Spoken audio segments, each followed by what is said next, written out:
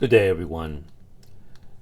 What you are looking at here is a masterpiece in storytelling. It is a meditation on the 20th century by Spanish artist Luis Garcia, who, when he was in his early 30s, due to a tragic event, the event had a profound influence on him as an artist, which he put down here in this incredible work that he did between 1980 and the 2000s. He had an epiphany when something happened. He was working on a project and he saw his entire generation in a whole new light, a disillusioning light. And he produced this work, Nova Dos. I want you to remember this picture here of this woman reading an album. And this photo here. It's the same woman you see there. We'll get to this man in just a moment. There's a quote by John Lennon, 1940 to 1980. Luis Garcia began to work on a comic strip in December of 1980. It was set in the Sahara Desert. Garcia had already done incredible work for Spanish magazines and for the Americans in Warren magazine. He began to work on a science fiction strip set in the Sahara Desert. Here are the characters, where some meteorite or something just lands there and scientists are set to explore it. And this goes on for several pages. And all the time here what you have is quotes by Ginsberg from his poem Howl, a very important poet for the generation of the 1960s. But then around page 9, which is around here, he gets word about the murder of John Lennon. And that changes everything for Garcia. Absolutely everything. This drastically changed. He began to see it in a new light. He began to see himself in a new light. He began to see his generation in a new light. And then you see this. Look at the stark contrast in the artistry. This man here, Victor Ramos, is the protagonist of this story. Well, one of the protagonists in this story, the first half at least. This is modeled on the actual Victor Ramos, a noted Spanish artist. Same name, same likeness. Ramos gets word about the Lennon. Ramos is both Luis Garcia and he's not Luis Garcia. He hears word about Lennon's assassination and he goes for a walk. You see the billboards in the back, the news footage. And you see here the dream is dead. El sueño ha terminado. He begins to contemplate at this point what he's doing with his life. Because Victor Ramos draws romance comics for the British publications. Is this what he's been doing with his life? He's past middle age. And suddenly he feels, what have I done with my life? And then you see this man. This man is Luis Garcia. The likeness of him. A man who's hungry. He has a gun to sell for food. He buys the gun. Now the gun is the same model that was used by the murder of John Lennon. These are the strips that Ramos did. Now this is the art, the character Ramos. But the artwork here is by Luis Garcia because he also drew British romance strips. And romance, one thing about romance, they all have happy endings. That's the whole thing about it. Humans can't bear too much reality, as T.S. Eliot would say. But now he's thinking, this is what I'm doing with my life? Idealizing something which in his mind is false. And these are the paintings, and these are the postcards, the artwork that is around his home. He lives alone. Lonely man. Never married. Never had a relationship with a woman. Yet writes romance stories. He's thinking about the murder of Lenin. And what is the purpose of a gun? The government allow us to have guns. They're used for one purpose, to kill. So he begins to think, do I use it to kill other people? Or do I use it to kill myself? And that's what he proceeds to do. Or at least he attempts to do. To take his own life. Which he sees as futile. But he presses the trigger. And nothing happens. And this ends the first half of his story. As Victor Ramos goes for a walk singing the Beatles' song Nowhere Man. But then this happens. You turn the page. Ramos comes home and you see this woman here. It's a photograph there, you see. That's his mother. But in the meantime, he's watching a film by Hitchcock. And now we get into something that Luis Garcia began to contemplate deeply in this remarkable work. You see Norman Bates towards the end of the film. He's schizophrenic. And his mother's talking in the story that you've seen the film. Now here the mother's basically saying, this is not my fault.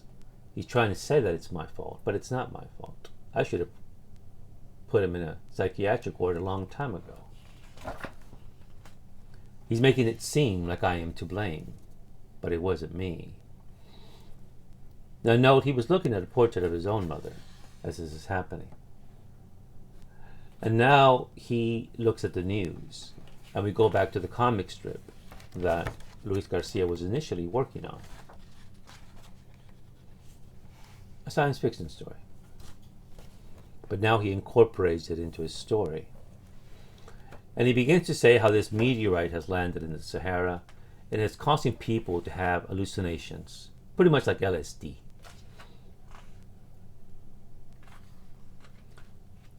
The governments are afraid of it and destroy it with a nuclear bomb.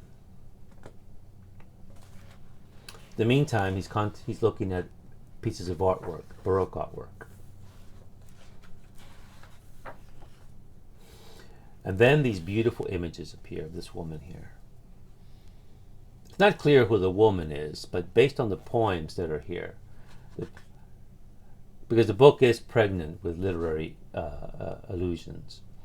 And here you have a woman, and he's reading the poem, thinking about the poem, about tears on one's lips, and the embrace and the comfort of a woman. And it seems to suggest it's probably his mother when she was a very young woman. And he's looking at her portrait there.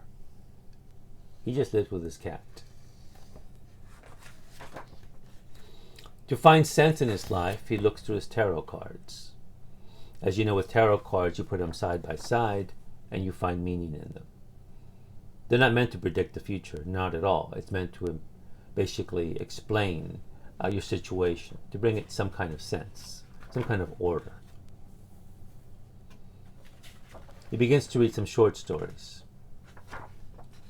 Now, mind you, remember, as I said earlier, he drew comic strips about romance stories, idealization of love. But now he's reading a story that's a little bit more realistic. It begins with this woman basically telling this man that she's been having many men in her life. They're married. She's been having numerous affairs.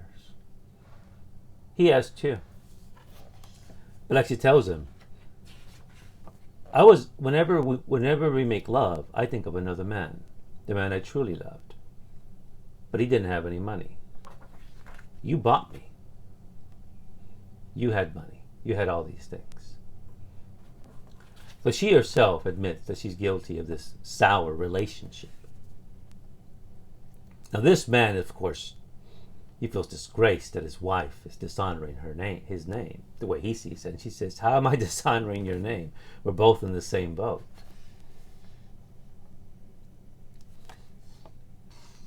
They have an appointment of some kind. Look at their faces. This is what we see. This is what the public sees. They're very happy. But this is how they really are.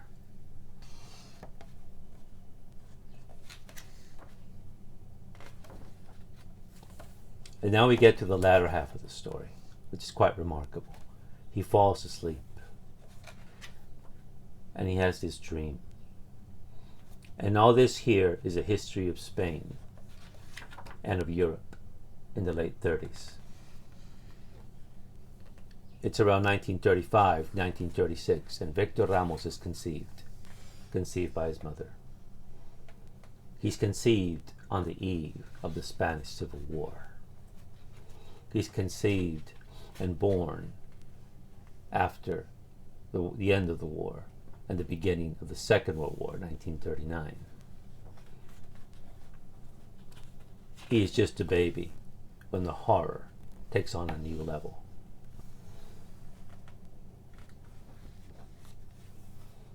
But as a boy, growing up in Franco, Spain, he's reading Alex Raymond's Flash Gordon, which he adores, as does Luis Garcia. Complete escapism. That's all that is.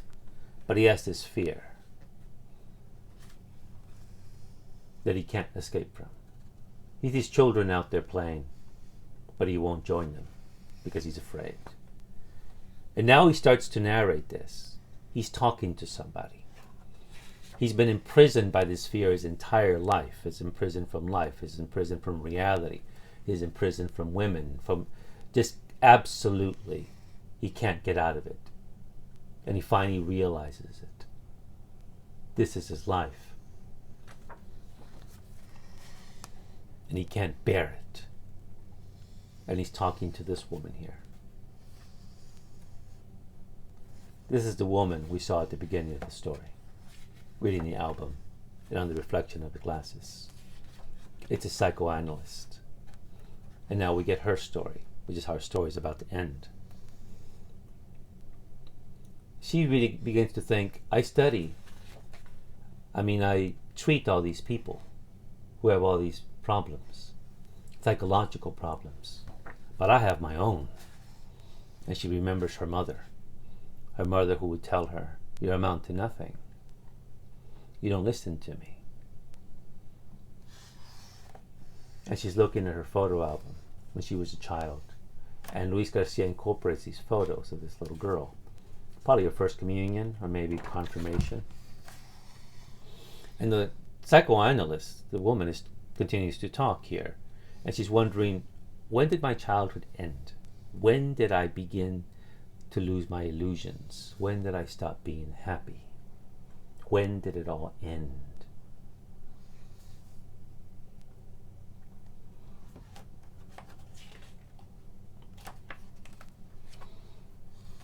The story ends with a photo of Victor Ramos, the psychoanalyst. The medication she gave him to treat his depression. Time passes. She decides to know what happened to him. She Googles his name, Victor Ramos Comics. And what does she get? A Wolverine like a comic, superheroes, escapist comics. And as she continues to Google, what does she find? Victor Ramos died in 1984, born 1936. He worked for British publications, writing romance comics.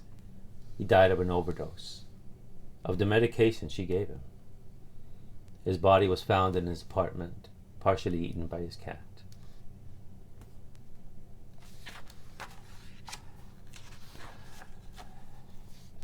This came out in 1980-81 in 2 Spanish publications.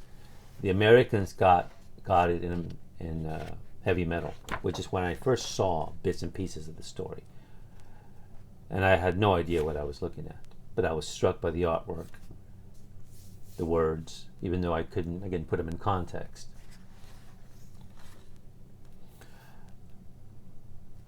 Ramos worked on, I mean, I'm sorry, Ramos, Luis Garcia worked on this for a long time, but he didn't have an ending until this came out, when he added the ending that I just showed you. After doing this, he did only a few more comic strips, and he decided that he wanted to do his painting. And that's what he's been doing almost exclusively for the rest of his life. His direction changed. There was a disillusionment with his generation, all the hopes that they had, and basically just came to pieces. And also himself as an artist, he knew his work had to change. I've done a separate video about him in a book that was published a few years ago, about just titled Luis Garcia, published by Dynamite, and I'll link it below if you're interested. But certainly the comic book medium, when you have a writer and an artist who can basically synchronize something, come together, produce a brilliant work, as good as anything in print and anything in film. Thank you for viewing.